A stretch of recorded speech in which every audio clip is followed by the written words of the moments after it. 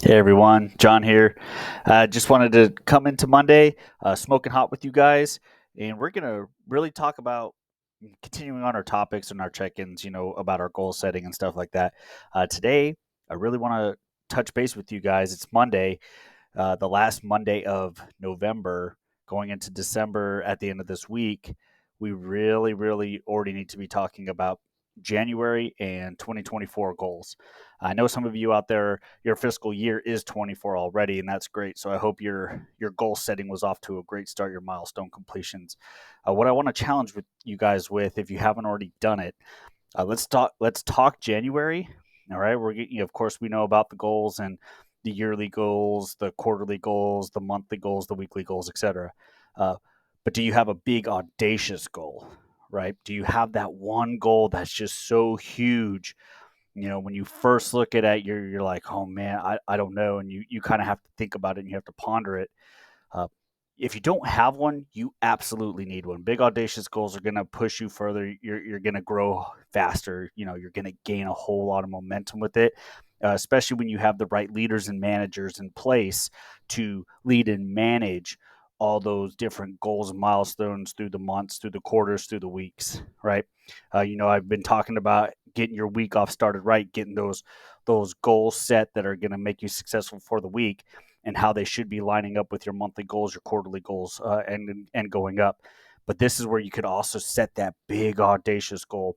Yes, you do have a yearly goal, but a yearly goal is not necessarily a big audacious goal, right? So for a lot of startups, you could be looking at a big audacious goal of, you want to be in the 10 million plus revenue range by year 3, year 4. It could be something like that. You could also be looking to make, I want a million sales by this point. Of course, hey, the thing with big audacious goals, like any other goals, is you have to be able to measure your progress towards it. You have to be able to define what success is, and you have to be able to put a date to it to know if you've achieved that goal. And you want those. And you know what? Sometimes you're not going to make these big audacious goals in your timeline, and that's fine when you celebrate how close you actually got. And then you have a better gauge to set your next big audacious goal to get that team motivated and pushed. So still celebrate, even if you don't necessarily hit the big audacious goal itself. You want to celebrate the wins and how close you get to it. I mean, odds are you're going to get really, really close if you're hitting all your other goals and milestones throughout the year, and really pushing it, especially if you're able to hit those goals milestones earlier than anticipated. Then you really can start pushing hard for those big audacious goals. So I always recommend having one out there, but that's not your primary goal, right? Because obviously the last thing you want to do is have this big, huge, audacious goal out there and you don't make it, and then it starts, demoralizing and the team, and they starts getting them down because that's not their best work. Um, that's why that's not your main goal. The big audacious goal is like that bonus goal, right? That grand slam of things when you're already winning this game.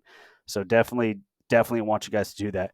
So this is where your leadership fundamentals come into play, especially your strong ones, right? Your organization should have two types of leaders, right? Two levels of leaders. You have your leaders and you have your managers. And it's really important to understand that these two are different, but they work hand in hand as they should. Your leaders are your visionaries. These are your people who are pushing for these big goals. These are your people who are going to find those big audacious goals. They're pushing to that next level. Your innovators, things like that. But your managers, these are like your operations guys. These are the ones that are going to figure out how we're going to do it and the processes that go into achieving these goals, right? I could have big dreams all day, but if I don't have a realistic way of achieving them, right, and I don't have the systems and operations in place to make that happen, odds are I'm not going to get there. So it's really important that your leaders and your managers are synced in this, right? Because your managers they're the ones really pushing for those things, those tactical advantages, while your leaders are out there doing the visionary and motivational things, right? So definitely don't. Your leaders and your managers have to be in sync with each other. They have to understand what each other's thinking, but they also need to be very proficient in their roles, especially going forward, right? And then when you start building these smart goals and you start, using your Eisenhower box to determine what's urgent, what's necessary, not urgent, and stuff like that. really be in sync with that and get your teams in sync. It's very, very, very important that leaders and managers are talking down to the lowest level possible. To, if you're in a tech world, your technicians, talk to them, get their feedback, get their buy-in on it, because they're the ones who are actually going to have to do that work to make it happen. You know, sometimes it's easy to get ahead of ourselves, and we know what our teams are capable of, but sometimes the teams don't realize what they're capable of. So it takes that right amount of coaching and mentoring the individual team members to really get them going, to really get them to understand that. So managers, leaders, make sure you're talking to your team members and make sure they understand what the different goals are, what the different milestones are. Make sure they put their input into it, because when their fingerprint is on it as well, when they've had their mark in it, they're more apt and more motivated to go out and do it because they have contributed to it and they can see the work that they're doing and how it contributes to those big goals. And yes, definitely make them part of your big audacious goal as well, right? So that way they understand everything, the dynamics, and they're a part of it. It's not just, oh, here we go. The boss says he wants this, and I don't understand why, and this stupid or whatever. I'll just, okay, cool. Because then you start getting those workers who are just going to do enough, just to get things done, but they're not going to, be motivated about it. They're not going to want to excel in it. They're not going to want to try to do the really best, right? And that's no penalty to them if they don't have that buy-in, if they haven't contributed to it. So get them involved. Definitely, you want them there. Um, so make sure they're a part of it, and I really stress on that.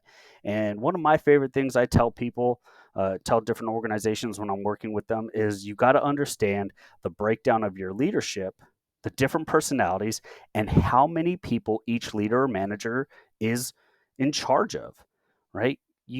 I follow a simple rule of thumb: 5 to 8. Right? You don't want to be in charge of any more than 5 to 8. And I know people start talking about, well, the CEO and the leaders and the executives. Yes, you're overall in charge, but who's really directly reporting to you? Is that lower level tech directly reporting to you? No, right? There's a hierarchy for a reason, and it helps keep control and systems in place and working, right?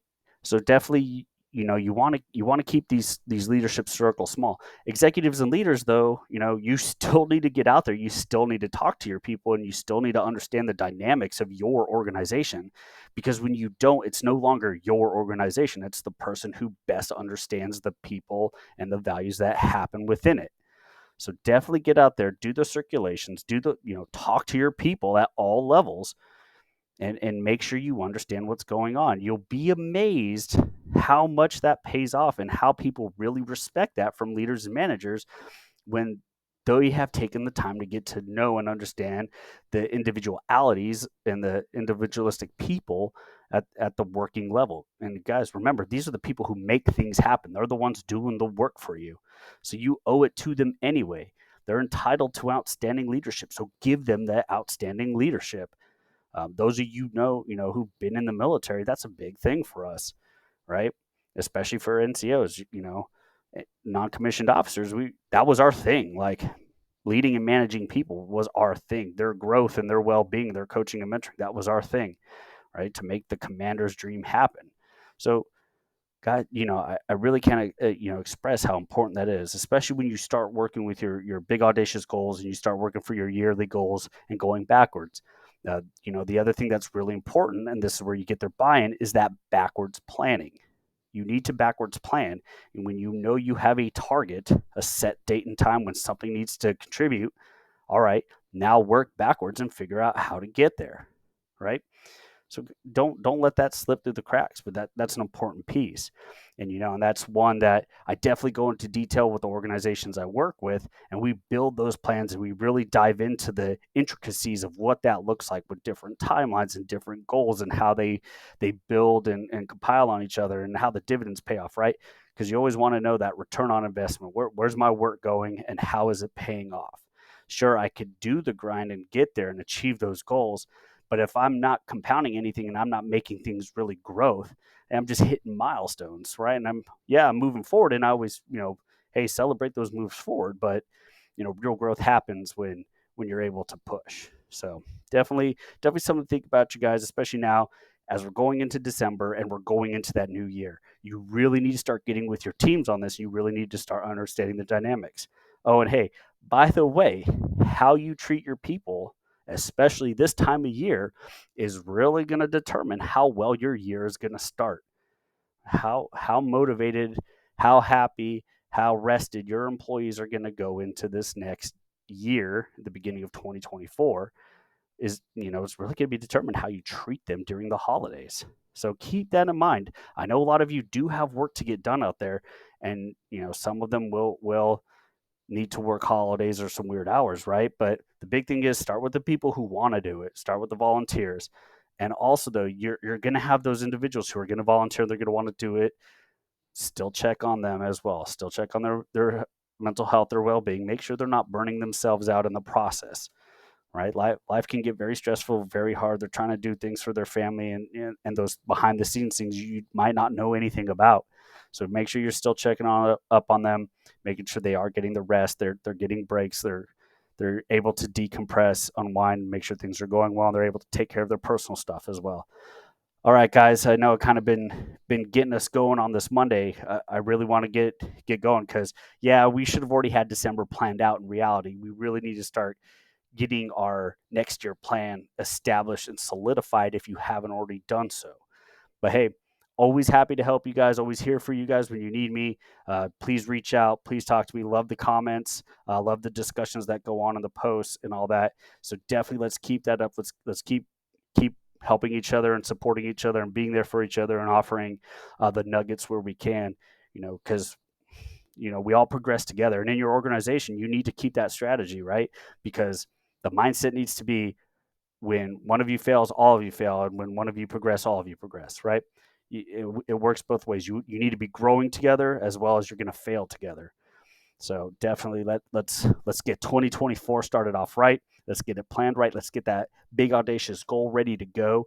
And hey, I'm so excited to see what's going to start happening in the future, and see where I could help you guys out, be a part of it, or hey, maybe I just might have something for you in my organization. Maybe you can come help me make some big moves and some big things happen for other organizations, right? And especially, for the stuff I do with my veterans, I want to make sure it's big. I want to make sure the impacts are huge and they're lasting. Uh, I want them in the right cultures, in the right jobs, in the right positions where they have growth opportunities. Guys, if you've talked to me, you know these things. I get excited about it and passionate for it. But I want that for your organizations as well, right? Let's all succeed together. Let's all do great things, and let's we're gonna own 2024. All right, guys. Hey, as always, here for you when you need me. Love to chat and stay good.